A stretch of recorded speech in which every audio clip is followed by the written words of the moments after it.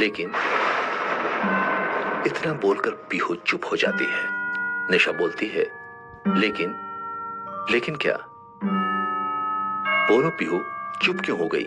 क्या हुआ? मुझे पूरी बात बताओ, मेरी बात का जवाब दो। निशा को कोई उत्तर तो नहीं आता, लेकिन उसे आभास होता है जैसे उसके दाएं कान में पीहू धीरे धीरे सिसक रही हो, रो रही हो। पीहू के रोने की आवाज सुनकर निशा को उसे फिर पुकारने लगती है। क्या हुआ पीहू? तुम रोने क्यों लग गई हो? क्या हुआ? पीहू बोलती है, कुछ नहीं दीदी, कुछ नहीं। बस जितनी देर के लिए आपके साथ मेरा साथ रहा, इस बात को कभी भूलिएगा नहीं। मैं प्रिंस जितना महान तो नहीं, लेकिन आप मेरी दीदी है। इस नाते आप मेरी बड़ी बहन है और मैं आपकी छोटी बहन हुई। बस इतना बताना चाहती हूँ आपसे कि जब यहाँ के वातावरण में मेरी आत्मा की गति का घर्षण होगा, तो उस घर्षण से मेरी आत्मा का अस्तित्व समाप्त हो जाएगा। मैं मर जाऊंगी दीदी। क्या कह रही हो? हाँ दीदी, ये सच है, ऐसा ही होगा। निशा एकदम से उठ खड़ी हो जाती है। निशा को खड़े होते देखकर दादा गुरु भी अपने स्थान से खड़े हो जाते हैं और निशा की तरफ आने लगते हैं। निशा अपना दायां हाथ सामने करके उन्हें रुकने का इशारा करती है और काले पत्थर के सामने चारों तरफ गोल गोल घूमने लगती है। निशा, अगर ऐसा है तो तुम कोई और तरीका बताओ जिस तरीके से हम इस मुरली के स्वर निकाल सके। मैं नहीं चाहूंगी कि एक शख्स की मृत्यु का गम अभी पूरी तरह से मेरे से हटा नहीं है और उसके बाद अब एक दूसरा शख्स भी मेरे लिए अपना अस्तित्व समाप्त करने जा रहा है। नहीं दीदी, कोई दूसरा तरीका है ही नहीं, तो हम कोई और तरीका निकाल लेंगे। दीदी, कोई और तरीका नहीं है। ये रहस्य तभी सुलझेगा जब इस मुरली से तान निकलेगी, और इस मुरली से तान तभी निकलेगी जब मेरी आत्मा मुरली के 8 छिद्र में गति करेगी। अब आप समय व्यर्थ न कीजिए दीदी, इस रहस्य को जल्दी सुलझाइए। मैं आपके कान से बाहर आ रही हूँ। अपनी मुरली को अपने होठों से लगाइए। जल्दी करिए दीदी, वक्त बहुत कम है। नहीं, सुनो मेरी बात।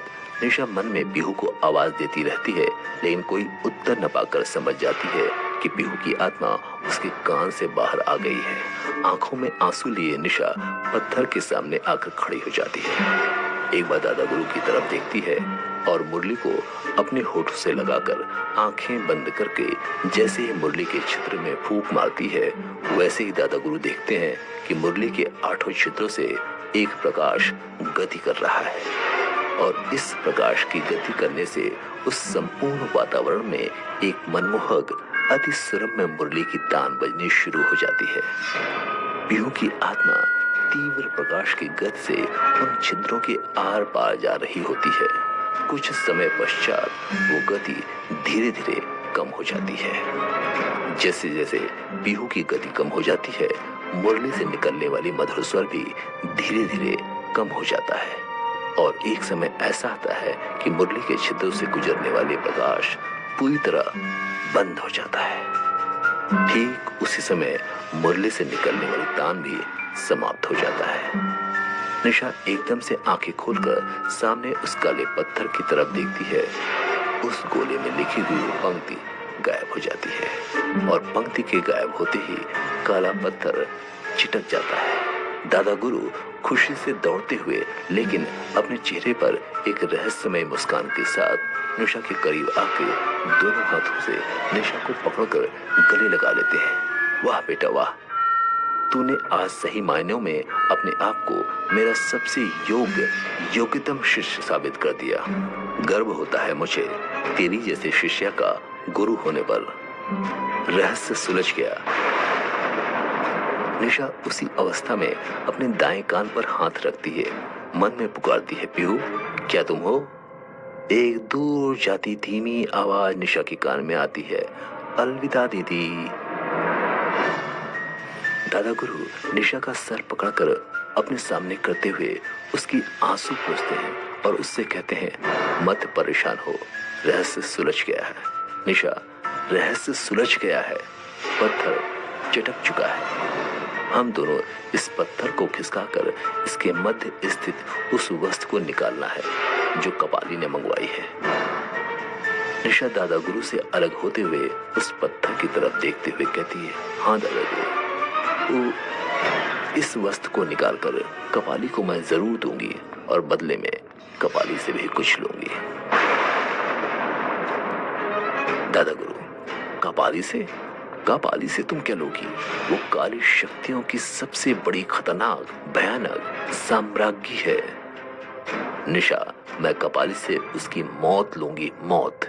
इतना बोलते हैं निशा की आंखों से लाल गाढ़ा रक्त आंसू के रूप में टपक पड़ता है। दादा गुरु निशा के इस रूप को देखकर एक बार फिर से सहम उठते हैं।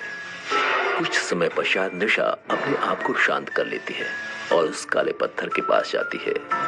दोनों लोग काले पत्थर को खिसकाते हैं और जैसे ही काला पत्थर खिसकता है, एक तेज सफेद उज्जवल प्रकाश उस कब्र के अंदर से निकलकर उस अंधकारमय वातावरण के ठीक बीचों बीच आकर स्थिर हो जाता है। उस प्रकाशमय वस्तु के बीचों बीच स्थित होने से वो संपूर्ण वातावरण सुबह की पहली किरण के उजाले की तरह उज्जवल हो जाता है। ऐसा लगता है जैसे रात्र के गहन अंधकार के बाद एक नए दिन की शुरुआत होने जा रही है। दादा गुरु और निशा उस प्रकाश के पास आते हैं जो ठीक उनके मस्तक के सामने स्थिर होता है और चारों तरफ अपनी उज्जवल छटा बिखेर रहा होता है। निशा अपने दोनों हाथ बढ़ाकर उस वस्तु को पकड़ती है।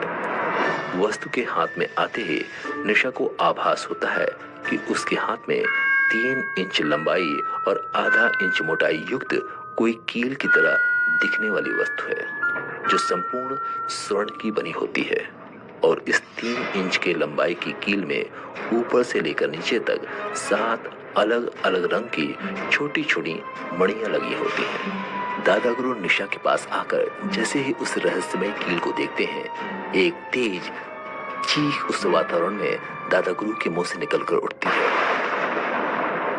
निशा हैरानी से दादा गुरु को देखती है। दादा गुरु निशा की तरफ देखते हुए कहते हैं, हे देव, ये तो तिलस्मीना है। दादा गुरु के मुंह से एक रहस्यमय शब्द तिलस्मीना सुनकर खुद निशा भी असमंजस में आ जाती है। उसे खुद नहीं पता होता कि ये तिलस्मीना आखिर है क्या।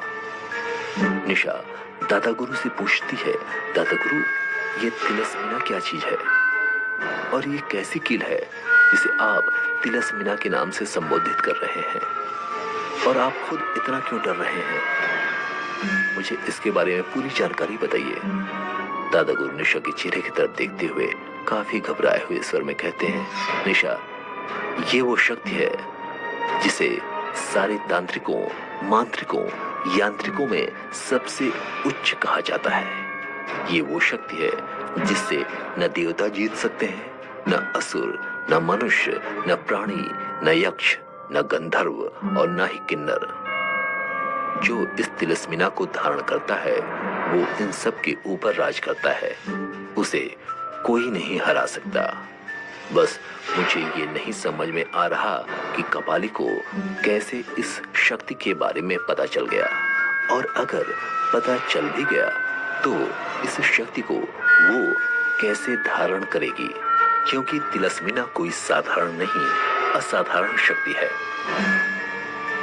ये अपना मालिक स्वयं चुनती है, और यह एक बार जिसको अपना मालिक चुन लेती है उसके लिए अपनी संपूर्ण शक्ति का प्रयोग सिर्फ एक बार कर सकती है। इसे धारण करने वाला, चाहे वो किसी भी लोक या किसी भी आयाम या किसी भी ब्रह्मांड को हो, इसको धारण करने के पश्चात वो जो चाहता है एक बार शक्ति उसके लिए वो कर सकती है। और अगर इस तिलिस्मीना ने कपाली को अपना मालकिन चुन लिया तो सच में संपूर्ण जगत से ईश्वर की शक्ति गायब हो जाएगी। ऐसा नहीं होगा दादा गुरु, चाहे मुझे अपने प्राणों का बलिदान क्यों न देना पड़े, लेकिन इस जगत में अच्छाई का अस्तित्व जरूर रहेगा, लेकिन कपाली का, काली शक्ति का, बुराई का अस्तित्व मिट के रहेगा, जरूर मिट के रहेगा।